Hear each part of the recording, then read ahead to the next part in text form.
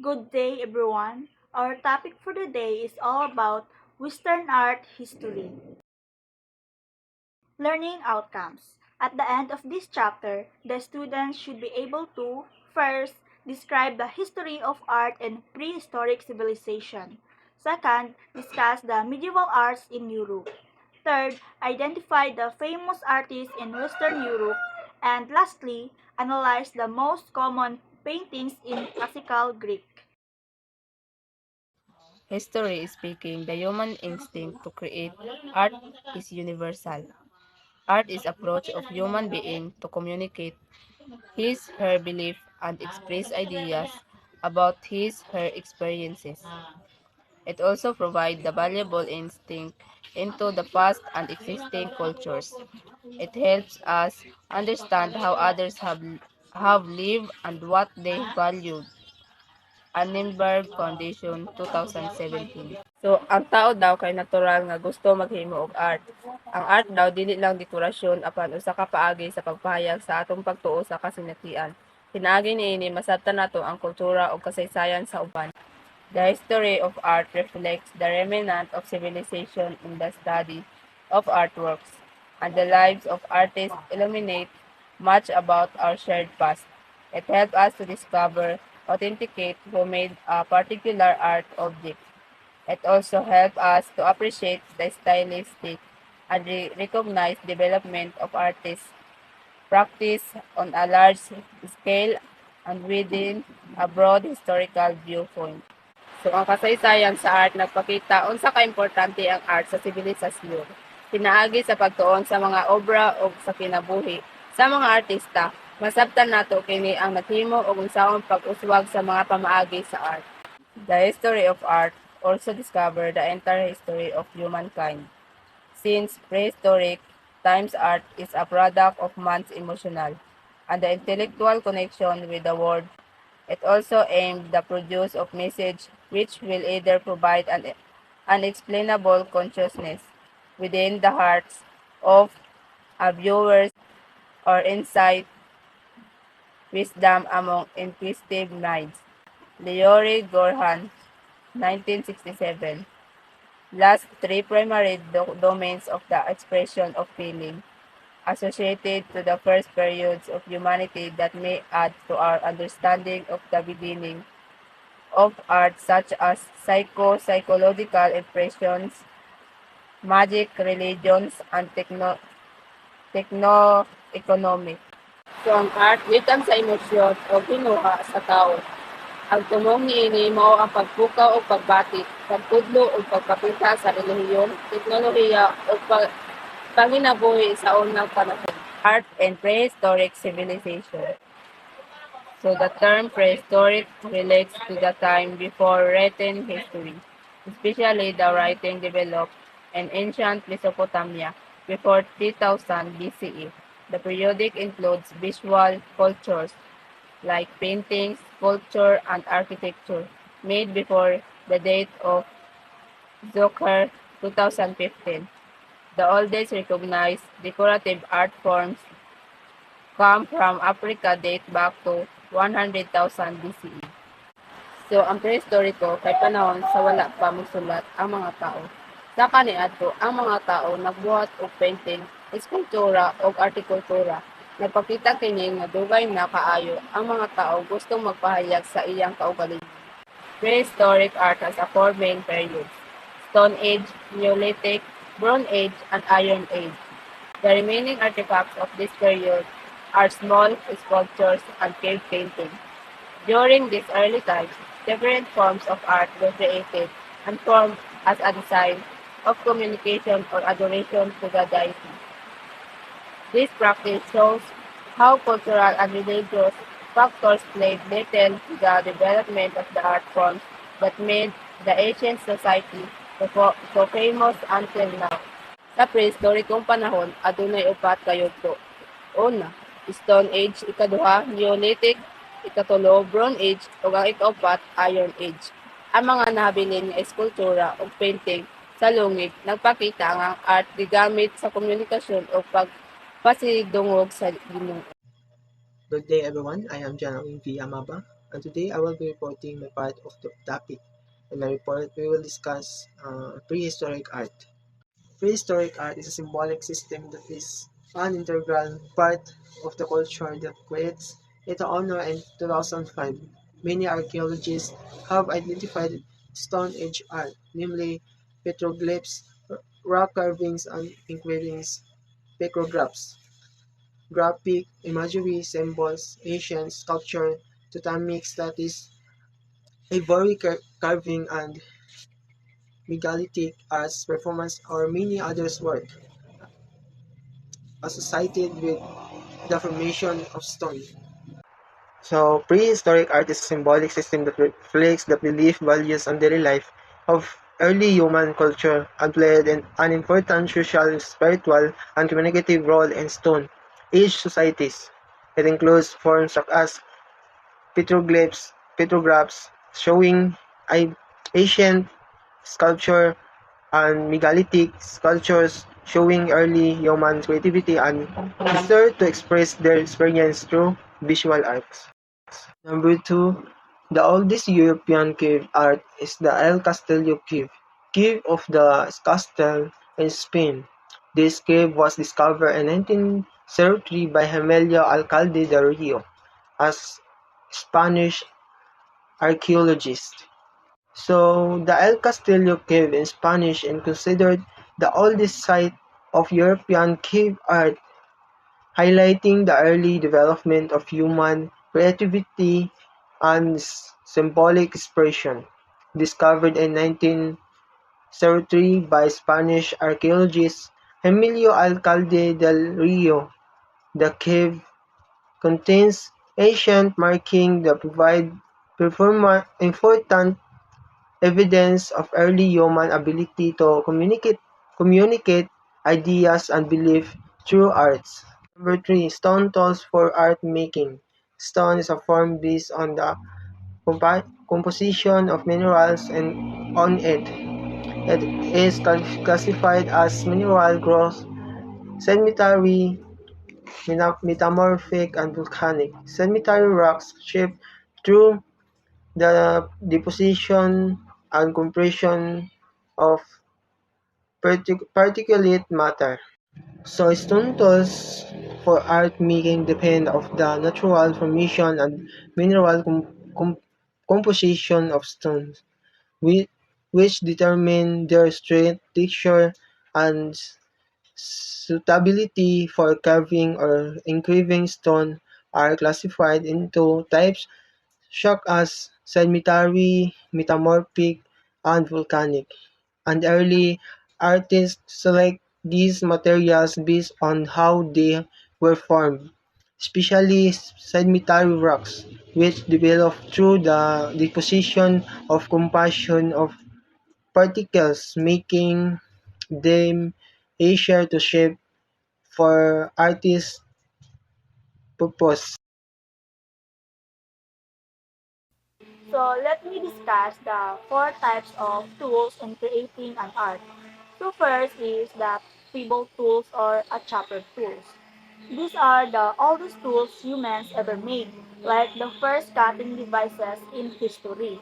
So para mahimo ni siya or para himuon ni siya, is mukuha sila og kanang smooth, round stone or a pebble and hit it with another hard stone. Like mao na nahimo siya og naitalini sa kilid kay na-break naman siya ng so murag nakabuo sila og kanang like a knife guard na para pwede na siya gamiton pang hiwa or pamutol sa mga butang. Second is the bifacial tools. These are prehistoric stone tools shaped like a hand axe. Unlike sa pebble tools which isa ra ang magamit, ang kaning bifacial tools are chip on both faces to make them balanced and symmetrical. They can be oval, triangular, or almond shaped. The edge can be straight or bumpy, and they were used for many jobs like cutting like a knife, digging like a pit, or scraping surfaces, or even as weapons. They're linked to the Acheulean culture from the early age. Third is flake tools. used during Stone Age. These tools are made by breaking off a small or large piece of flake from a bigger stone core. Both the flakes themselves and the leftover core could be used as tools. New flakes are very sharp but they get dull fast. So people had to chip them again to make them sharp once more, which is called retouch. So ang mga new flakes kay hait kay ni sila kalinis but madali ra sila mawala dali ra mawala ang ilang kalinis so kailangan pa nila i-chip or i-break again para makalinis na pod and para magamit na pod which is ilang tawag is retouch. Lastly is the blade tools. These are long, narrow stone pieces struck of a core. The process of shaping them is called lithic reduction. Once mahimo na ang blade is dili lang siya always na kanang blade lang ang gamiton, which they were often attached to bigger tools like putting them on sticks to make spears. So let's proceed to medieval arts in Europe. This art is naana siya over 1,000 years na sa Western world. Na-grow siya gikan sa duha ka butang, ang art sa Roman Empire o ang religious art sa early Christians.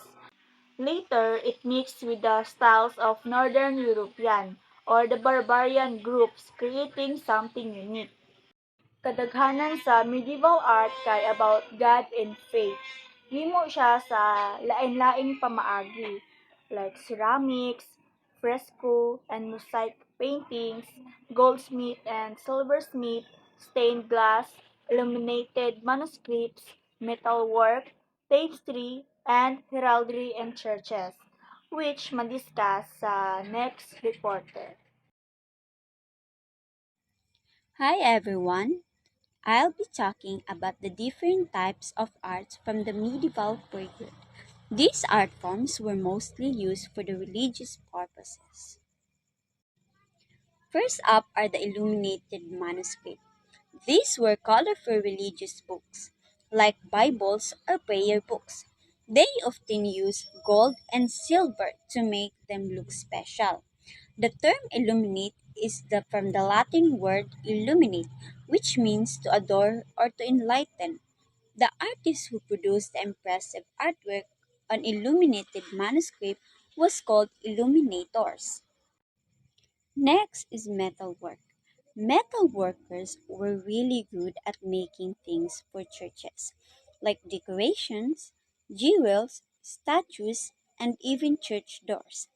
Experts who work with bronze made and some amazing pieces.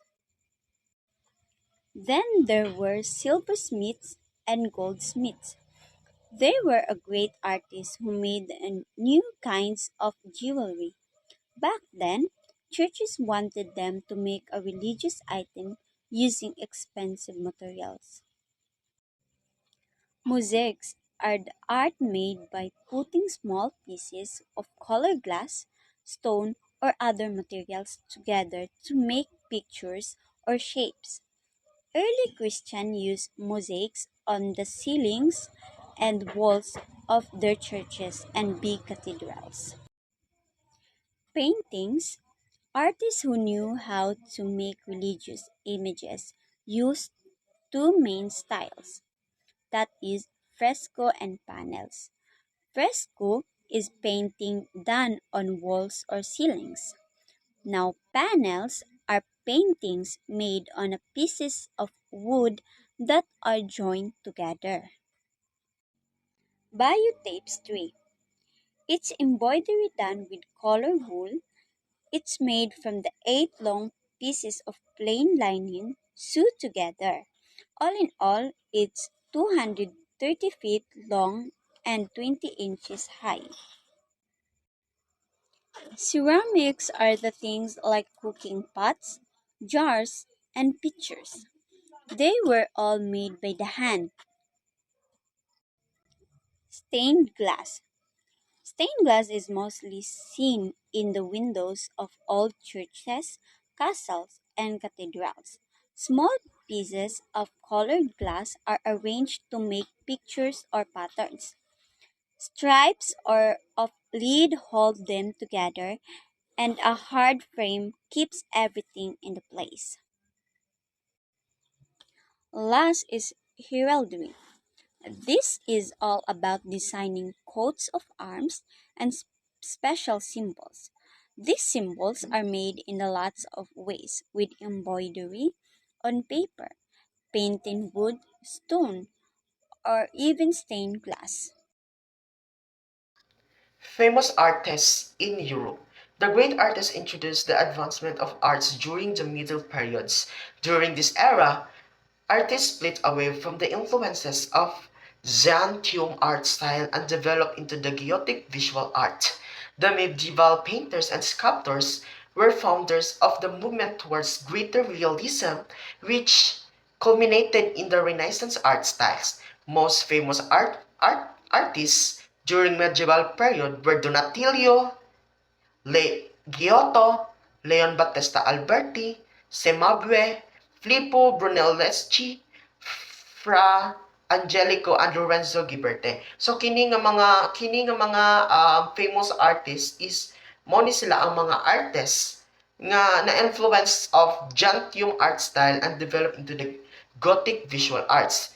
Then kanang murag na um, and also the painters and sculptors were founders of the movement towards greater realism which culminated in the Renaissance art style.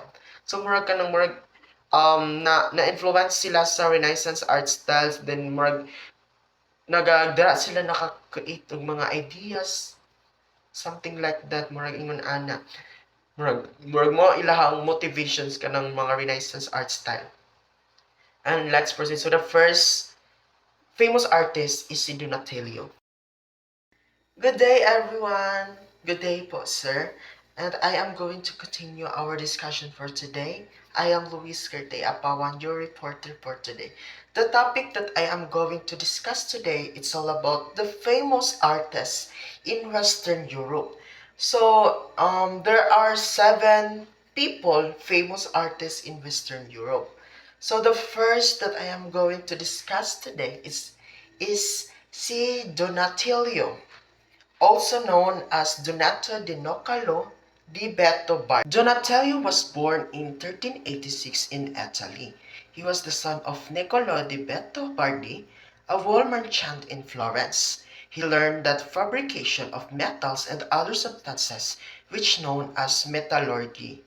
His most famous works of art include David, Mary Magdalene, Madonna, Salome, Zocon, and Street Mark, Street John the Evangelist, and Street George and the Dragon. He also invented a technique known as sciatto,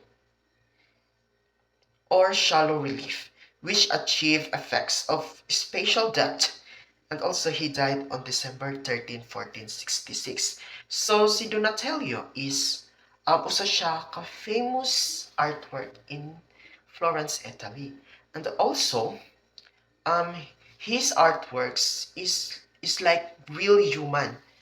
And also iyang mga artworks is made of metal or stone. And also ang iyang mga artworks is nagapakita jud siya og mga emotions, the way how we look his artwork. Like for this example, the Santa Cross crucifix. We can all see that this example is nagapakita gid siya og emotions because we know that Papa Jesus is grabbing suffering niya dira as sa cross. So, kita pa lang, nagitima ano nga emotions, nga kana si Papa Jesus is parte niyang hila. That's the example sa artworks ni Donatello. Giotto di Bondone was born 1266 in Vespignano village, Florence. He was the son of Giorgio Vasari, a small landed farmer. He worked with other artists for the Cathedral of San Francisco in Assisi and began painting a fresco cycle there with scenes from the Old and New Testaments. In 1300, he was invited by Pope Benedict X1 in Rome to paint a mosaic over the entrance to Street St. Peter's Basilica. And also he died on January 8, 1337 in Florence.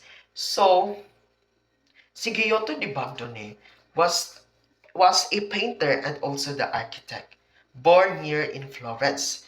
Isa po siya ka painting. Then ang iyang mga painting is kanang parehas kang Donatello, makita na to ang emotions sa iyang mga rebulto nga mga artworks, ng mga sculptures. Then ang kang Giotto di Bondone naman is ang iya isang painting nga nagapakita og emotions. Then sa iyang mga po napud siya yung mga proper space sa iyang painting. And also kana nga painting is kita nga mga people, the way we are going to look that particular nga painting nga iyang gimake is manos yun nato kung unsa ginapakita ana, makita gyud nato ang emotions ana nga particular nga painting. Like for this example, kining crucifix. Kini pa lang nga sa crucifix, kini pa lang nga painting. Diba same sila example kang Donatello. Kang Donatello lang is sculptures, rebulto. But ang kang Giotto is painting. Then the way nga we are looking about that painting is makita gyud nato ang emotions ana nga kana siya is grabing suffer ana niya, di ba? Something like that. Mao na siya. Then ang ilang kalahian lang ni Donatello is ang kang Donatello is made of metal and stone. Then ang kang Giotto is painting. Okay? Leon Battista Alberti was born in Genoa on February 14, 1404 in Italy. As an architect, he was hired by Pope Nicholas V in the renovation of the Papal Place and of the Roman Bridge of Aqua Virgin. And also he died in Rome on April 25, 1472. So si Leon Battista Alberti is was an architect from Italy. So kini sila is mga silingan na ni sila. He designed important buildings like churches and bridges. So ang ang iyang mga artworks, ang iyang mga works is nagabuild siya og churches, bridges, mo na ang iyang artworks. Then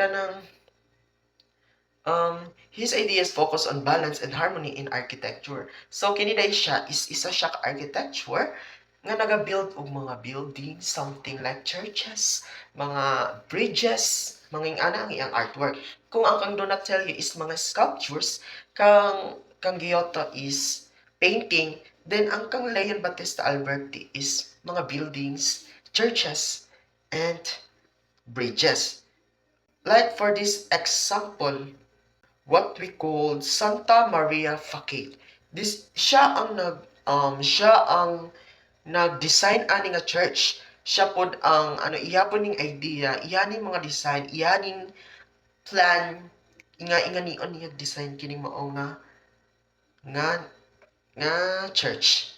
Diba nice kaayo nindot kay siya pagkabuhat because he is a architecture. Diba nice kay siya pagkabuhat nga church. Grabe kasi makauna-hunaan nag-create ha. But sa kasamaang palad, namatay na po siya noong April 25, 1472. And the next is Giovanni Cimabue. He was born in Florence in 1240. He devoted all his time wrapping his paper and his books with photographs of horses, houses, people, and other various things he dreamed up. He made mosaics as well as paintings which include the frescoes of New Testament scenes in the upper church of Saint Francis of Assisi. And also he died in 1302. So si Giovanni Cimabue is a painter from Florence who painted religious art. So kini siya is painting po siya, but ang kang Giotto is ang painting ni Giotto is nagapakita siya og emotions, but ang kang Giovanni is nagapaint lang siya mga religious art. Then he added more realistic details compared to older styles. Then kanang murag gina-unique niya ang iyang pagka-style sa iyang painting. Nag-a-add siya mga kanang murag kanang mga bagong style, something like that. His works influence other artists like Giotto. So si Giotto is na ano dai siya bali si kini dai si Giovanni is basin siya ang first na painting, then murag si Giotto is kanang na-influence ba. Pero ang kang Giotto is nag-add lang siya og emotions. But ang kang Giovanni is ang iya lang is ano lang siya, create lang siya og religious nga art, then naga-create siya mga new style, something like that, para mas ma-unique ang iyang style. Like this example, kining crucifix. Diba, tanawan ninyo, nindot kay siya nga painting. Mura siya dito, pero wala ta kablo nga, kana siya nga is painting na kayo na, diba? Daghan kayong mga people, siya ang nagpaint ana. Then, di ba, nindot kayo siya nga pagka, kang Giotto is katong example na to gana kang Giotto is cross, then naa si Papa Jesus, then naa duha. But ang kang Cimabue is daghan kayong people, then naa pag siya paana-ana. So, di ba nakita ninyo? Nakita ganyo na. So, daghan kayong mga different styles, pagbuhat niya anak nga painting. Di ba, gipa-unique jud niya. Unique ay siya nga pagka-create ang iyang painting. Okay? So, kung si Donatello is nag-create og sculptures using metal and stone, si Giotto naman is painting but nagapakita og emotions ang iyang mga painting. Then si Leon Battista Alberti man is isa siya ka-architect nga nagabuild og buildings, churches, and also the bridges. And kang Giovanni Cimabue is painting gyapon siya but nagapaint lang siya og religious art. Then ginabot nga niya ni og mga unique na mga styles. Like dili parehas kang Giotto nga with emotions and kapag kita emotions ng mga painting, while ang kang Giovanni is mga unique na mga styles nga dili jud siya something like ma-compare, something like that. Next is Filippo Brunelleschi. Filippo Brunelleschi was born in 1377 in Florence, Italy. He was the son of Brunellesco di Lippo, an Italian lawyer. So, si Filippo Brunelleschi was an architect and engineer from Florence. He helped develop perspective in art and design. His ideas greatly influenced Renaissance architecture. So si Filippo Brunelleschi naman is isa siya ka-architect and engineer from Florence. So silang lima isilingan ra gyud from Italy. Si Filippo Brunelleschi naman is isa siya ka-architect and also the engineer. Then he helped develop perspective in art and design. So kini siya is nagaginatabangan niya ang mga perspective in art and design. Kanang murag nagahatag siyang ideas kana nga particulars ay kana nga design nga gusto buhaton. Then his ideas greatly influenced Renaissance architectures. So ang iyang mga ideas nga iyang gina-shares is naka-influence sa mga Renaissance architectures. Mali kanang dako kayong tabang ang iyang mga ideas, ang iyang mga opinion nga iyang gina-share sa mga Renaissance architectures. Parehas aning kining Dome of the Florence Cathedral. So kining Dome of the Florence Cathedral is iya gining idea, iya ning mga plano, iya ning opinion. So ang taga-Renaissance architects sila ang nag-build. Then sila ang nag-build sila ang accept nga opinion nga gikan kang Filippo Brunelleschi. Di ba?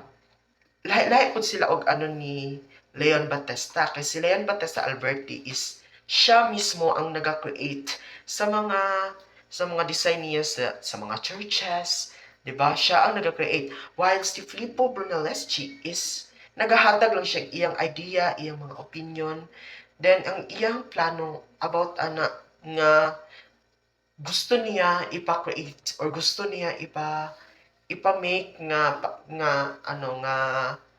mga iyang artworks. So dito gina-accept ang iyang mga design.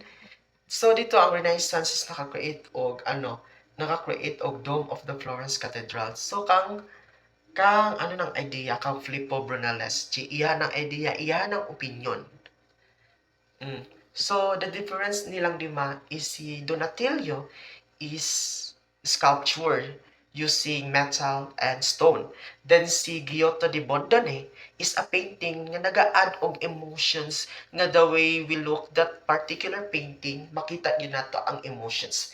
And si Leon Battista Alberte, sa akong ingon ganina, siya ang mismo ang naga-design, naga-build to that particular churches, bridges, or buildings. And si Giovanni Cimabue is painter, but ano lang siya, painting lang, naga-paint lang siya og mga religious art, pero naga-use og mga unique nga mga styles nga dili gyud ma-compared. Then siya pod ang reason nga na-influence si Giotto. Then si Filippo Brunelleschi is an architect and engineer, but siya ang naga-make og kanang ideas, naga give og iyang opinion para kana nga mga iyang ideas is iyang ma-build, something like that. And the next one is Fra Angelico, or also known as Beato Angelico, which means Blessed Angelic One. He was born in 1395 in Florence, Italy. As a painter, his most famous works of art include the Annunciation, the Madonna Saint, and the Transfiguration of Christ painting. So, kini si Fra Angelico is isa siya ka painting or isa siya ka pintor. Ang iyang mga gina-paint is mga something like pananampalataya. Like mga figures sa mga something like nag-pray nga mga people. Like for this example, the example of the Annunciation. Makita yun nato dira sa iyang painting nga kana siya nga painting is nagpapakita siya ng pananampalataya because the way the angel and also the other girl that prays, di ba? Makita gyud nato ang artworks ni Fra Angelico nga isa siya ka pintor, but ang iyang paint is ang mga pananampalataya nga mga figure, di ba? The way pa lang ta mo judge nga painting is known na yun nato siya nga makita jud nga ang kana siya nga nga painting is nagpapakita siya ng pagiging pananampalataya sa ating Diyos. Lorenzo Ghiberti, he was born in 1380 in Florence, Italy. He was admitted to the Gold Guild and started his apprenticeship as a goldsmith in 1392. He started work on the east doors of the baptistery of San Giovanni. The bronze doors, known as the Gates of Paradise, had 10 panels depicting scenes from the Old Testament. And also, he died in 1445. So, si Lorenzo Ghiberti is born in 1380 in Florence, Italy. Then ang iyang artworks and also ang iyang talent is isa siya ka goldsmith at isa pa siya ka artist. So kung maingon ta og goldsmiths is mao ni siya ang kanang mga tao gani nga had mo buhat og mga alahas, mga singsing, 'di ba? From the word pa lang nga goldsmith. So ano na gyud kay siya nga made of gold ang iyang mga made. And also, nagbuhat po na siya og isa ka iyang artwork nga ginatawag of The Gates of Paradise. So, kining The Gates of Paradise is use ni siya og kanang bronze nga metal according sa akong research. Then, naa siya 10 ka panels and nagpapakita ng mga kwento mula sa Old Testament. So, ang katong ayahang gikuit nga Gates of Paradise is katuday siya is naato siya kwento nga mula siya sa Old Testament. So remember that isa pod siya how siya mo create og mga singsing, mga bracelet and also necklace. How siya mo create ana. So mao na siya. So timan-an nato no nga si mobalik ta sa pinakauna, si Donatello is isa ka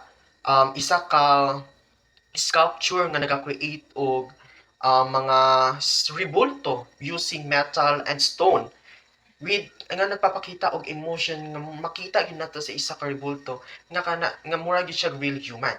And also si Si Giotto naman is isa siya ka painter, but ang iyang mga paint is also nagpapakita rin ng mga emotion.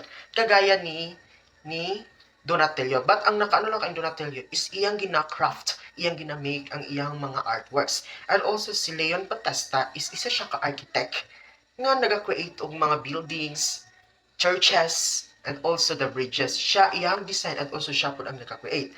And also is si Giovanni. Si Giovanni is kanang ano po ni siya kanang naga-paint po ni siya og mga painting, but ang iyang paint is kanang mga ano gani kanang mga ano siya nga mga painting, mga relihiyon. Then siya pod ang reason nga murag na motivate si Giotto nga mag-create pod og nga mag-ano po siya artworks nga painting. But ang nakalahi lang yun sa ilaha is si Giotto is ang iyang paint, the way siya mag-paint is nagid na sagol nga emotion. But ang kang Giovanni is ang iyang mga paint is mga unique and also there are different unique styles. And si Filippo Brunelleschi is isa siya ka-architect o engineer. But siya ang nagahatag og mga opinion, mga ideas sa mga Renaissance nga architect. Bali ang Renaissance architect na ang mag-create ana sa iyang mga plano. Then mo na siya din ang ikaunom is si Fra Angelico. So bago na i-discuss si Fra Angelico is isa siya ka painter. Isa po siya ka painter. But ang iyang mga paint is kanang nagpapakita siya ng kanang pananampalataya. Mo na ang iyang mga paint. Mga people nga mo nag-praise. And last is si Lorenzo Ghiberti. So si Lorenzo Ghiberti is isa siya ka goldsmith maker. So siya ang naga-create siya og mga bracelet, ring, and also the necklace. Then also nag-create po siya og gate made of bronze nga ginatawag of Gates of Paradise. So kato sila nga mga person, mga famous artworks in Western Europe. Mo to sila nagyud sila mga different types sa ilahang mga artworks nila. Lahi-lahi sila mga idea, lahi-lahi gud sila og mga plano sa ilahang mga artworks. Di ba? And also sila nga mga artworks is isa ra sila ka country. Nagpuyo sila sa Italy. Di ba? Lahi-lahi sila mga idea. And also maora to, and I hope nakagets mo sa ako ang gi-report about the seven famous artworks in Western Europe. And that would be all. Thank you. Good day everyone, I am Arnold Subiroy and today I'm going to discuss to you the most common paintings in classical Greek. So there are three common paintings in classical Greek.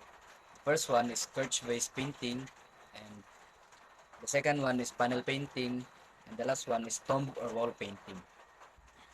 So during the classical era, most paintings were discovered in panels, tomb, and vases. It portrays natural symbols with dynamic masterpieces about battle scenes, mythological figure, and everyday scenes. So sa sinauna nga panahon, kasagaran sa mga paintings kay makita nato sa mga dingding o sa mga tomb or pansyon and sa mga banga. And nagsymbolize siya sa battle scenes or mga gira sa kaniadto, sa mythological figure o silang pangadlaw-adlaw nga pang kinabuhi. So the first one is Kirch vase painting. Kirch vase is red figured, named after the place where it discovered. Most common motifs were seen from the life of women, mythological beings, or mythical story or event. So kining Kirch vase painting, ginganlan ni siya kung sa pangalan ni siya sa lugar kung asa sa nakita or na discover. Sagaran nga sulod ani or kanang focus ani nga base painting kay kinabuhi sa mga babae or sa mga mythological beings or mythical story or event, which means sa mga totoo nila kani adto or unsa ba.